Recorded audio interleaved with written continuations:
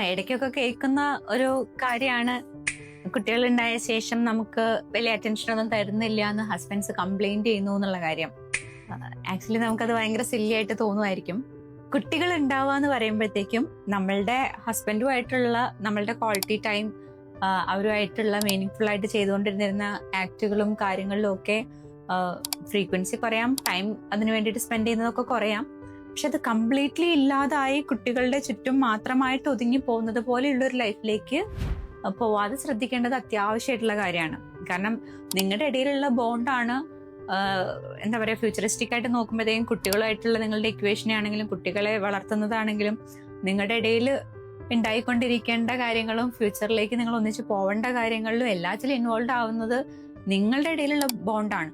അപ്പം അത് എങ്ങനെയായാലും കുഴപ്പമില്ല, അല്ലെങ്കിൽ അത് മെയിൻറ്റെയിൻ ചെയ്യാനായിട്ട് നമ്മൾ പ്രത്യേകിച്ച് എഫേർട്ട് ഒന്നും ഇടണ്ടെന്ന് വിചാരിക്കുന്നുണ്ടെങ്കിൽ അതൊരു തെറ്റിദ്ധാരണയാണ്. കോൺസ്റ്റന്റ് ആയിട്ടുള്ള എഫേർട്ട് ഇടാതെ ഒരു റിലേഷൻഷിപ്പും മുന്നോട്ട് പോവില്ല. അത് എത്ര കുട്ടികളുണ്ട് എന്ന് പറഞ്ഞു കഴിഞ്ഞാലും കാര്യമില്ല. കോൺസ്റ്റന്റ് ആയിട്ട് നിങ്ങളുടെ പാർട്ട്ണറിന് വേണ്ടിയിട്ടുള്ള അറ്റൻഷൻ നിങ്ങൾ തന്നെ കൊടുക്കണം.